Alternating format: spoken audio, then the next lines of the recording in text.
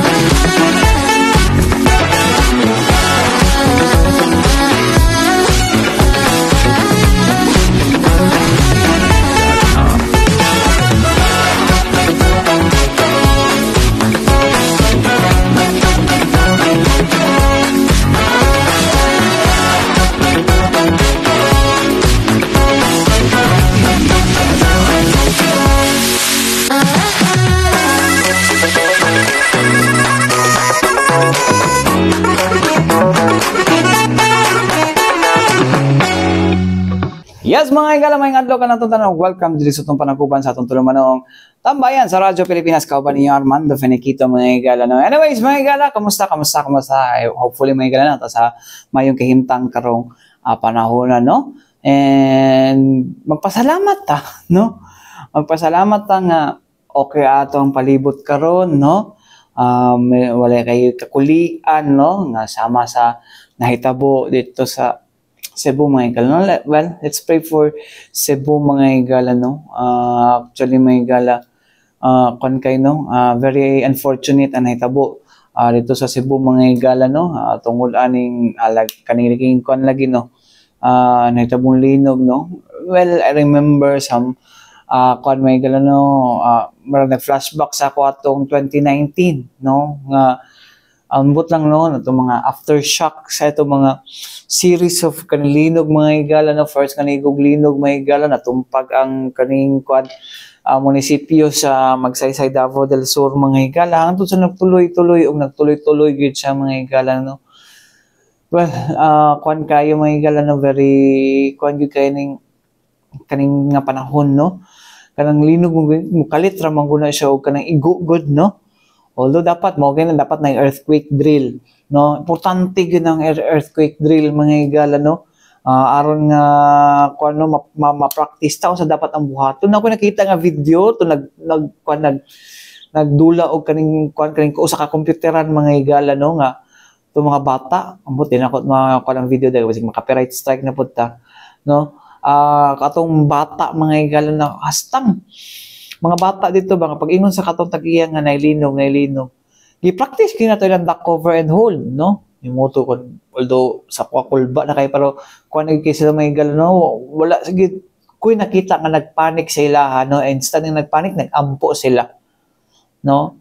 Mo po na isa sa mga kuan sa pagampo, mga igala, no, prayers nga kuan, no, kanang makapakalma sa ato ang kuan, no, makapakalma sa to ang huna-huna, mga igala.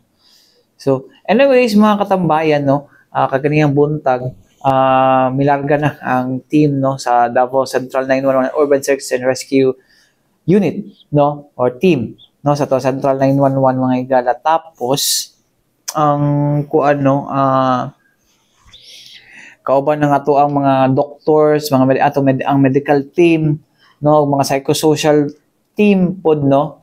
And then nagdala po ka ng around 5,000 ka mga 5,000 ka mga unsa ni food packs, no, immediate food po mga higala, relief goods mga higala, no, alang ngadto sa ato ang mga kababayan mga higala nga ilang hatagan ani, no. I think sa Bogo gud siguro sila mouna, no, mo pa may todong pangatanon daw to mga kaubanan daw nga na dito kaganiha. Asa daw sila sa Bugo or basta sa Cebu mga higala.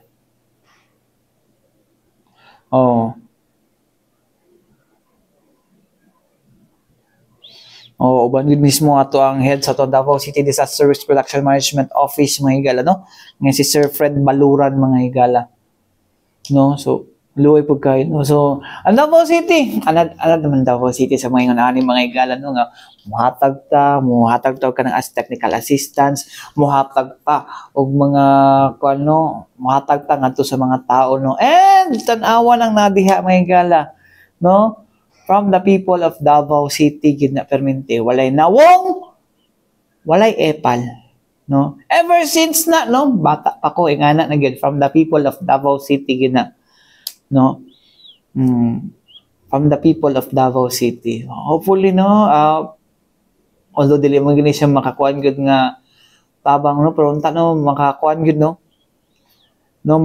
maka-recover ang ato mga kaigsuolan din mga higala. Well, kanang food packs dali ra man makuan, mamahurot mo gid, pero kaning gihatag nga tabang sa ato ang Central 911 mga higala, no, unta, no, makatabang, no, para mas makuan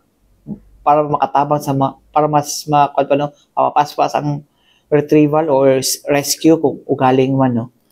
So well mga daghang salamat yun, no, sa atong city government of Davao, no, nga bisan pa man sa kaning no, sa unsa ni, bisan pa man sa ato ginatubang, no, kay syempre ginatamay na ning sa ubang mga lugar ay sa ubang mga kulang Davao mga higala, no, pero padayon gihapon sa pagtabang ato sa mga nanginahanglan ang ato ang local government mga higala. Anyways mga higala, dinita sa ato ang isgutanan mga higala, no, kun sa karong panahon ay karong mga higala, no, may ubos ang kuan, no, may ubos. Okay, naay kuan dito, mag-agad lang daw sila sa PDRRMO dito sa kuan sa Cebu daw usang priority nga adtuan sa ato ang Central 911 mga higala.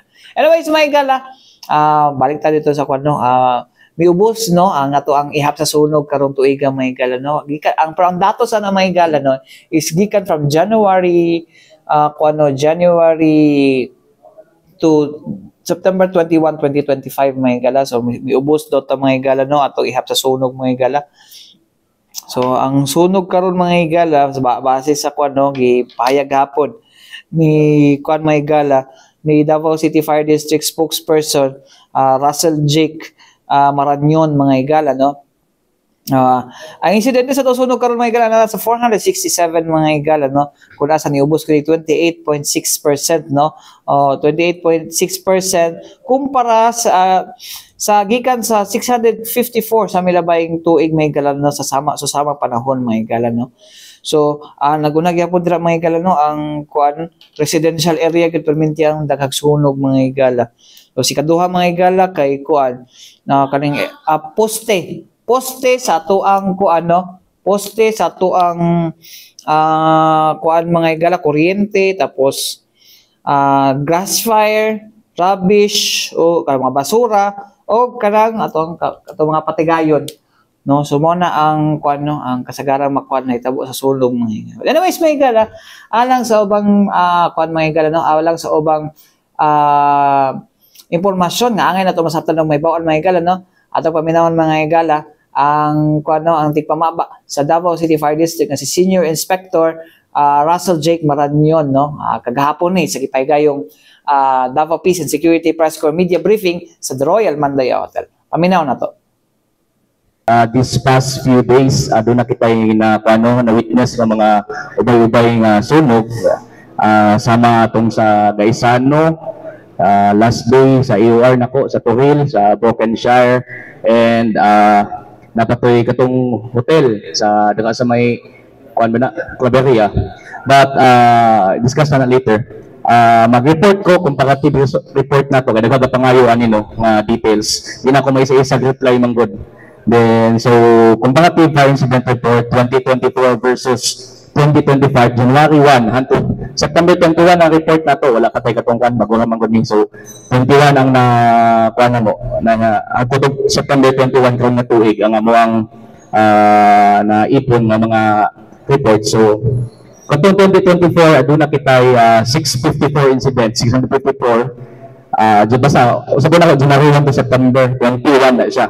Then this year, doon na lamang kitay na record. 2025, 467 incidents, so doon ay pagbaba sa 28.6% ang itong na record na sunog sa karon na tuig kumpara sa niaging tuig. So again, 28.6% ang pagbaba sa sunog. Then sa kuanya, mo lang gihapon last year ang top causes is kaning electrical gihapon sa electrical arcing, and 2025 is electrical arcing gihapon ang top na reason sa sunog. And number 2 last year is loose connection, and same gihapon karon nga tuig loose connection gihapon. So kung atong nakita ang mga report post this gahapon pud mo makita na to post on fire mo na siyang daghan gitag about electrical kay mga post on fire anang mga kadasang gina-report sa ato nga ginarespondihan nato. So far ma'am, mo tong update, and later sa mga questions sa atong pag-atubag. Thank you so much. Cost sound sa ma'am. Sa amount, sa total amount sa kuan ato dire. Ang comparative gyapon sir, sige. Okay, kusang tao na. Okay, damages as of September 2024 adunay 12,377,150 September 2024, and karon is September 2025 5,685,800. And ako sa review kay basig for the month of September nagkano kay kuan very good details na kuan kung totality good.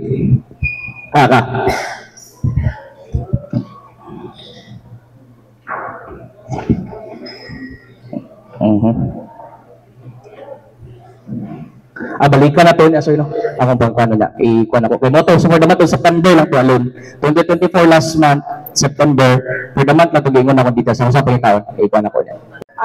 Katong sa Gmall na incident ba, no? Kay mo tong gingon sa GC, katulo naman gud na hitabo gud same area sa katong mag sa aircon man to dapit sir, no.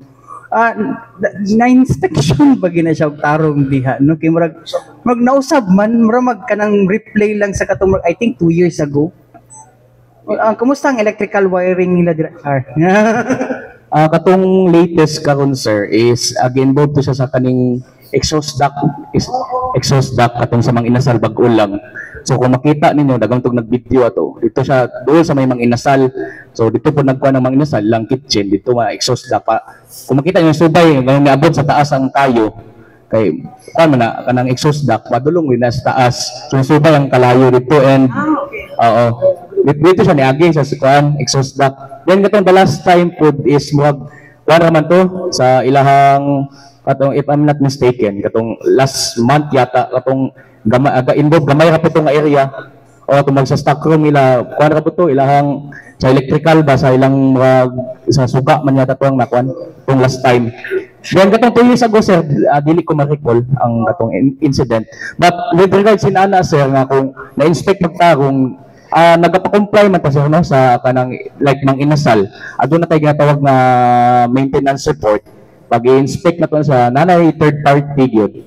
So natay third party ginatawag kay para sa check and balance ka dili man pud pwede nga kami lang gud mag-inspect So nasa like na registered ng mga engineer nga mo pirma nga mo certify nga gilimpyuhan nila ang ilang kitchen hood, ilang gi-inspect or gi-maintenance check ang ilang mga fire extinguisher, gi-maintenance ang ilang kanang tawag na ilang FDAS kanang sa fire detection and suppression system nila inana. So na-check po na siya, sir. Nalagay mga insidente inana, sir, no?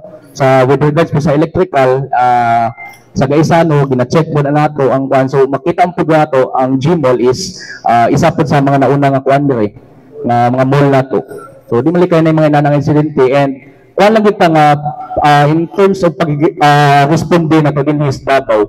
Ubay-ubay pud no ang atong kuan, daghan tag mga volunteers gibanan sa 911 sa auxiliary nato. So kato siya, katong pagkahitabo, katong latest lang sa Gmall nga nahitabo. Niresponde ang pila ka truck na to sa kuan. BFP, girespondihan din tulo ka fire truck ang Bahada, Sentral ug Banggoy. Kay wa man talaga kumpiyansa pag involved na ang mall, meaning dagag tawo.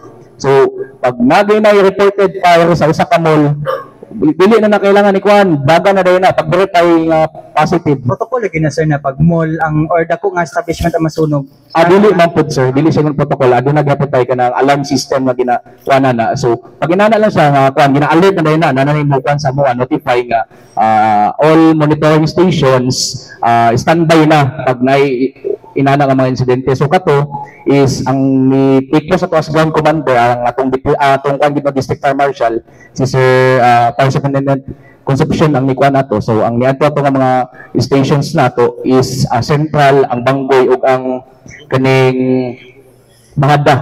Naunay doon sa Bahada ni unag automatic na AOR sa Bahada sila na mauna. Then pag makita nila nga kuan na standby na ang mga dool Central ug ang Banggoy. Then gibanan pud ni aduna tay daghan nga ni-respond po taga-auxiliary nato sa 911 unom ug gibanan po sa mga volunteers. So mo to nga paspas pud yun na kuan ang kayo na contain dayon. Di ba naman po sila kadang 5 volunteer group? Nato na sa likod. Sa likod. Na mo to na apel pud to. So makita nato ba nga na yung mga sunog doon sa Davao kana man gud na usahay nato yung mga chismis sa media na yung mga migrant nga away tubig ang fire truck. Imposible na sa ako, imposible na dis Davao nga mo parking nga away tubig ang fire truck kay pag responde na mo sa call pag responde na mo sa fire call bago mo balik sa station refill gimig tubig ana kay kung kuan pa tawag na di wag mo kumpiyansa gyud kay sa Davao medyo taas ang population ubay-ubay pud gyud ang sunog nga nakahitabo labaw na mga bisan mga posto lang na.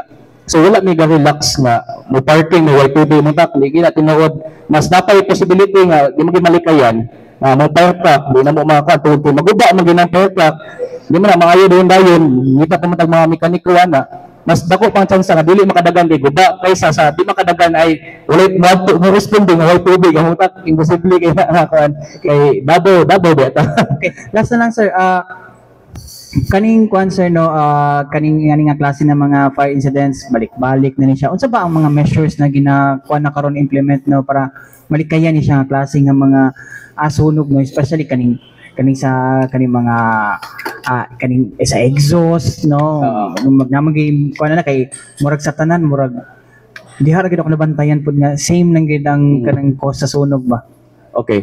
So, kuano, last 3 months ago nagibaba ang ato ang national headquarters memorandum sa MOA with regards sa ng mga ginapatawag na, di ba, nagarenta man ang mga establishment sa malls. So, nato gibaba nga memo nga dapat compliant gyud ang usa ka establishment bago sila ma-issuehan o kuan even ang ilahang mga renter lang pananglitan kanang na isa ka commercial building si owner ana dapat compliant siya kay kung dili siya compliant dili ma-issuehan o fire safety inspection certificate ang kanang mga renter pud niya. So meaning ana kung dili ma-issuehan so wala mo renta siya kay di man siya compliant. So mo na siya sir no mga gwapo nga makita nato nga ma-push gyud tanan-tanan nga mo comply with regards sa compliance nato sa safety and under sa fire code nato batas na siya na mo comply ang mga owner sa kanang mga commercial building tungod kay wala man renta sila kay di man pud ma-approve ang business permit sa usa ka business owner kung wala siya mahatag na kuan pud copy sa fire safety inspection certificate sa nagparinta sa yaha. So usa ka na sir no. And of course sir, thorough cancer inspection ginakuan gid strict ato pagkuan sir. Makita man pud nato nga wala na kay sa mga sunog ang kahitabo, wala kay fatality sir no. Tungod kay makontain din ang sunog, kung namay mo digid malikan ay mga dagko, even ma-mention na ako tong sa hotel, sa Imperial Hotel, wala pud gid tay casualty nga kuan ato tungod kay the response time ug ang kanang pagkuan nato, approach nato sa sunog is kuan gid medyo swift kita dinhi sa Davao. No, anad kita natuto na kita compare wala pa ko tulis Davao dahil CCC times itong wanan ato. So na we learned our lesson iba to. So karon wa kita ka kumpiyansa, alert kayo ang BFP together with the mga volunteers nato and the auxiliary, the 911 pod. Thank you, sir. So, mga to mga higala, no? Ang pahayag ni Fire Senior Inspector Russell Jake Maranyon, mga higala, sa Antikpamaba, sa Davao City Fire District, mga higala. So, well, bisag may ubos ang kuan sa sunog, mga higala, no? Padayon dyan dapat mag-igmat, mga higala, no? So, sama sa kuan, no? Dili mag-overcharge, no, especially kanang matulog, mao man kasagaran gud mga higala, no, ang usa daw sa mga hinungdan sa sunog. So ang kuan nila dito is electrical arcing gihapon, mga higala, no, or kanang pagkuan gyud pag spark sa kuryente, mga higala, no, mao na ang kuan, mao na ang ilahang tudlong hinungdan gihapon, no. Nganong dunay mga sunog na hitabo, especially sa residential areas, mga higala, ang ilahang wiring pod, no, nakita na obserbahan na faulty, no? So kinahanglan ipatan-aw gid sa mga lisensyado, mga higala, og mga maayo nga og tirador nga mga tirador og kanang kuan nga tigbason mo og kanang singil o kanang mga tirador og kanang kuan ba, tirador og mga kanang electrician ba, no, nga mga maayo gid kayo, mga higala. So mo na ay kuan ninyo, no. So mo na ang dapat nato i-kuan, mga higala, no, tutukan, mga higala, og ayaw mo pagpalit og mga substandard ng mga appliances. Isa pala sa mga hinungdan, no, mag-overheat ang inyong mga ang inyong mga appliances, kanang mga substandard appliances nga hinungdan sa sunog, og likayan ang paggamit og kaning kandila, no. Palayo ang kandila, mga higala, no, sa dili masulog ng mga butang, no, or fire hazardous mga materials. So mao na ang kwan sa tuwang kabomberon. Anyways, mga higala, balik ito man lang sa importante painom-dum nato si Bianan. Balik kita, mga higala, din sa itong panaguban sa itong tulumanong tambayan sa Radyo Pilipinas, kauban niya Armando Feniquito, mga higala, no. So yes, mga higala, no, baluban diya punta karon, no, on a better Thursday, no, Thursday na, mga higala, no, ugma Friday lungkot na naman, sorry, but mga higala, anyways, mga higala, din sa itong isbutanan, mga higala, no. Kung asa na napagawa so pahayag, no, ang ato ang Mindanao Development Authority, mga higala, with regard sa tong gingon nga na-slash daw ang budget daw, mga higala, no. Oy, kinsa may napagawasan na nag-slash ang budget, mga higala. Kung asa, mga higala, no, ang budget daw na ang kuan, mga higala, gikuan karon sa tuang Minda, mga higala, no, nga wala na slash ang budget, no. Itaas gani, no, ang ato ang kuan sa tuang NEP gani, mga higala. So nga naingon nga na-slash ang budget, no? But anyways, mga higala, no, actually, kalmang guni siya, mga higala. Lisod ni kung ano na to, no? Sumala pa, mga higala, na naging taas gaya daw sa 36% ang budget sa Minda for proposed budget sa 2026 for Minda, no? Ana daw, substantial funding ang ato ang nakuha daw, no? So, ang na-propose, mga higala, is 363 million 409 million at 363.409 million pesos, mga higala, ang gikuan sa 2026 kun nasa taas kini og 96 million, no, mga higala, no, sa maong kuan, no, 26 million ang gitaas, mga higala. So mo nang gikuan karon, so asa kay nagikan, mga higala, no? Anyways, mga higala, una ta mo go dire sa ilahang kuan, mga higala, na mo go sa ilahang statement, mga higala, ato sa paminawon, mga higala, no, ang nahimong tubag, no, ni Mindanao Development Authority Executive Director, mga higala, no, Mindanao Development Authority Chairman, no, Secretary Leo Tereso Magno, mga higala, no, alang sa tubag, no, kung Sabat, tinuod ba ni or dili may galan? Actually may galan gipahigayon ni kagahapon may galan no? Sa kaning ginawag at atong gipahigayon nga Mindanao Development Forum mga igalan no sa ato ang kuan Mindanao Development Authority kung nasa tumong niini nga mag-gather ang mga LGUs o mga partners nini mga igala no nga kuan no mubuo mga or mutabang sa tong development diri sa tuwa sa Mindanao mga igala. Anyways, mga igala, paminaw to mga igala. Minda Chairman Leo Tereso, Secretary Leo Tereso Abeliera Magno. Paminaw na to. And how is the update of that, sir? Is there hope that it will be increased again? And how will it affect the projects that we are implementing or the programs? Number one, there is a mistake in whoever said that there is a 40% slash in the budget of Minda. First of all, that is a wrong statement. You are comparing you are comparing the whole budget versus the NEP. NEP to NEP, tumaas po ang budget natin. I can give you the figures after this. All the others after the NEP of last year were assistance coming from the House of Representatives and from the Senate. That is what government agencies, that is what we do. That is what we do. We try to advocate for an increased budget. All agencies for that matter, yun po ang ginagawa kada budget season. So hindi ko po alam saan nanggaling yung budget cut na sinasabi. Well, I was told that there was an article by a writer that says precisely this, but it is not accurate as it is shown. This is what we are trying to do here. Let me relate that to what we are trying to do here at the Mindanao Development Forum. This is really gathering all the stakeholders here in Mindanao, trying to find out and advocate for the needs of each province. Halos lahat naman ng probinsya dito, lahat ng LGUs na nare-represent, no? Alam natin na marami tayong advocacy na ginagawa sa Mindanao. Natanong na rin kanina about Minda. Minda, just to put it on record, is a very relatively young government agency. We are only 15 years old. Hindi po ito katulad ng ibang ahensya ng gobyerno, development partners na ibang ahensya na 100 taon na, 50 to 60, 70 years. At yung iba nga, 100 taon na. So hindi pa masyado. We have to face that. We have to understand that Minda's role in the development of the whole of Mindanao and the whole of the whole country is not time tested. We have to admit that. But there is such an agency. This is what we're trying to do here.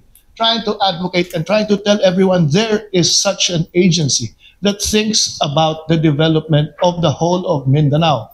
One of the tasks given to us is to gather all of the member LGUs, all of the private sector, and development partners such as the European Union, ADB, JICA, COICA, all these other development partners. Yun ho ang ginagawa natin dito. We're trying to link everyone so that coordinated yung mga efforts natin for development. But now we are shouting to the world.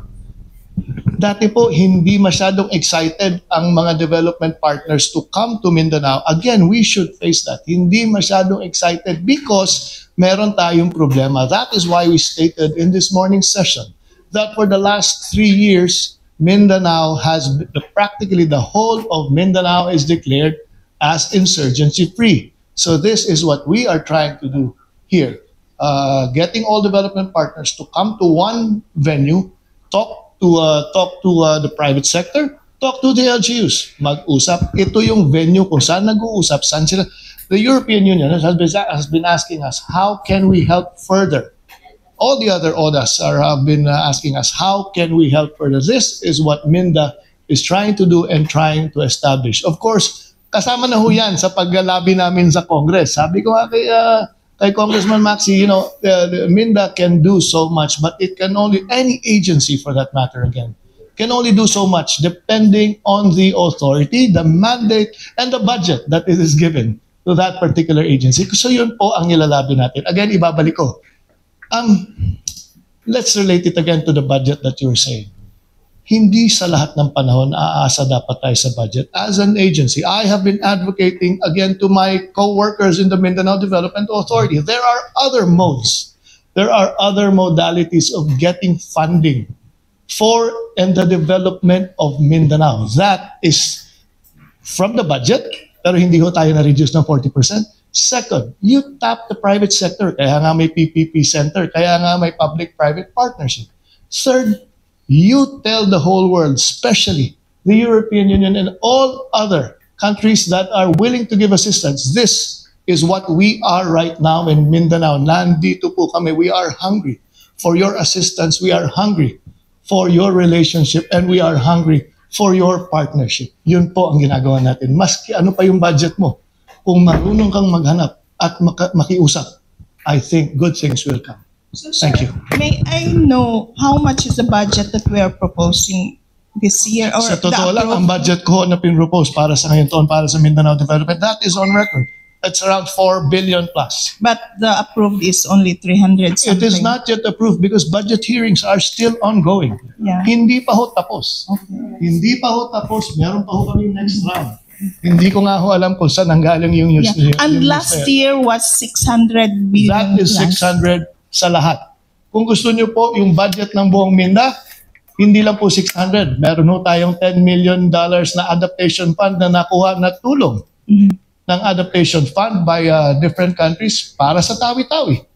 Meron ho tayong napaprubahan at nakuhang 27 million na euro na tulong again sa BARM for Tawi-Tawi, Basilan. So that's what I'm saying. If we talk about the apples, yun talagang malalagay natin na na-reduce. Kung gusto lang talaga natin ilagay sa news na binagsak ang budget ng Mindanao, that is one way. But it is not, ma'am. But sir, It is not really. The budget of 600 was including the SICA.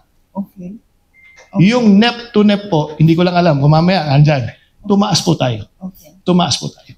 I will show you the budget later. But sir, were you at the Appropriations Committee hearing? Yes, when I was you there, were ma'am. Lobbying with Mindanao congressmen. Yes, I was there, ma'am. I was there, Increase the ma'am. budget. Yes, ma'am. I was there, and we had a very, very good support coming from the Mindanao congressmen. I'd like to thank them. On record, it was on record, they played it live, that they were advocating for an increase in the budget of the Mindanao Development Authority. And I'd like to thank the Mindanao congressmen for that push. And so you think there is a big chance that the budget will be increased? Hopefully, ma'am. Let's pray for it. Thank you, ma'am. So mao to mga igala no, ang pahayag ni Minda Chairman Secretary Leo Tereso Magno mga igala. So dirita sa to ang pakita dira mga igala no. Ang asa naman to. Kita nato diha ang katong unsa ni? Katong tawagan ni katong giingon no nga pagtaas no, gitaas ang kaning dako gitaas ang budget around 36% no. Sa naman to dre. So gitaas mga higala sa 36% mga higala. So mo na to giingon dito no. Ang gi-propose karon is 363.409 million pesos no. So taas ni siya 96.049 million pesos na 36%. O gikan sa 267.360 million pesos sa milabayng tuig mga higala no. So kung tanaw na to mga higala no, pakita na to di as kilid mga higala no. Ang projection mga higala no, mas taas for 2026 at 2025 mga higala 300 usa din in green. Taas ang mga higala no. Unsa ni? Ang para gid sa 2026 mga higala. So kani siya mga higala 36% year-on-year increase mga higala no, underscore sa pag-recognize no sa Minda mga higala is ang strategic role no para sa kaning mga higala growth sa Mindanao mga higala no. So mo na mga higala, pipila ka mga mga higala no, congressman gikan sa Mindanao mga higala ang no nagpahayag og suporta mga higala para sa maong budget no. Kay actually daghan kay no actually na mga higala mga legislators gikan sa Davao, Northern Mindanao, Sargent, Zamboanga Peninsula, Caraga ug Bangsamoro Autonomous Region in Muslim Mindanao na dako ang mga higala no. Nag-emphasize sila nga dako gid ang tabang sa Mindanao Development Authority mga higala no, isip primary coordinating body for Mindanao development may kala kunasa ginalink niini ang panay mga infrastructure project, investment, tapos peace program sa kauban sa national planning mga higala no. So for most of the past decade mga higala na Minda operated modest fund of below kaluoy po 200 million pesos lang mga higala no. So mas taas gyud karon mga higala no. So ang nasa kwan mga higala na dito sa ato ang papel mga higala nagsugod siya og nasa 52 million no from 2010 nga namugna ning na-implement ang kining kwan sa Minda mga higala hangtod sa may taas na gid siya mga higala no. So sa minisika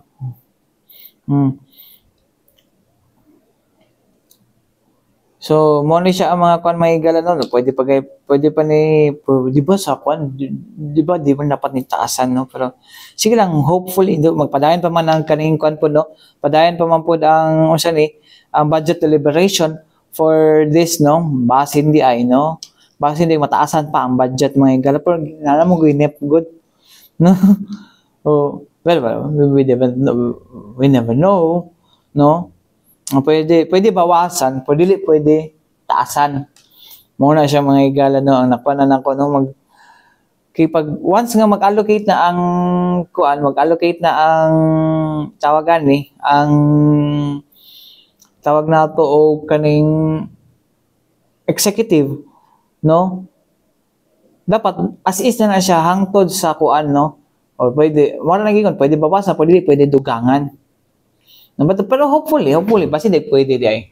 No, basi day pwede day mga katambayan. Anyways, mga katambayan matay kong oras ang ngalan sa Tibok Persa sa DXRP Radyo Pilipinas. Radyo Publiko daw may galaw ko nakauban Armando Feniquito. Alang sa tambayan sa Radyo Pilipinas hangtod sunod daw sa daghang salamat ug maayong adlaw kanatong tanan. Amping ta kanunay.